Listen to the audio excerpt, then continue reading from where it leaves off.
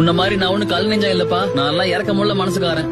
உதவின்னு ஒருத்தர் வந்து நிக்கும் போது ஸ்கேல கிழிச்சு ரூல்ஸ் எல்லாம் பேச சொல்றியா? நமக்கு செல்ஃப் கண்ட்ரோல் இருக்கா இல்லையாங்கிறது தான் பேச்சு. கூட வந்த ஃப்ரெண்ட காப்பாத்தாம கையை கட்டி வேடிக்கை பாக்குறவன் அந்த புழுவை விட கேவலமானவன். நான் அந்த புழுவாவே இருந்துட்டு போறேன். மனசாட்சியை கொள்றதை விட விதியை மீறிட்டு போலாம். நான் சொன்ன அந்த வார்த்தைகள்லாம் இனிமே வெறும் வார்த்தைகளா மட்டும் இருக்காது.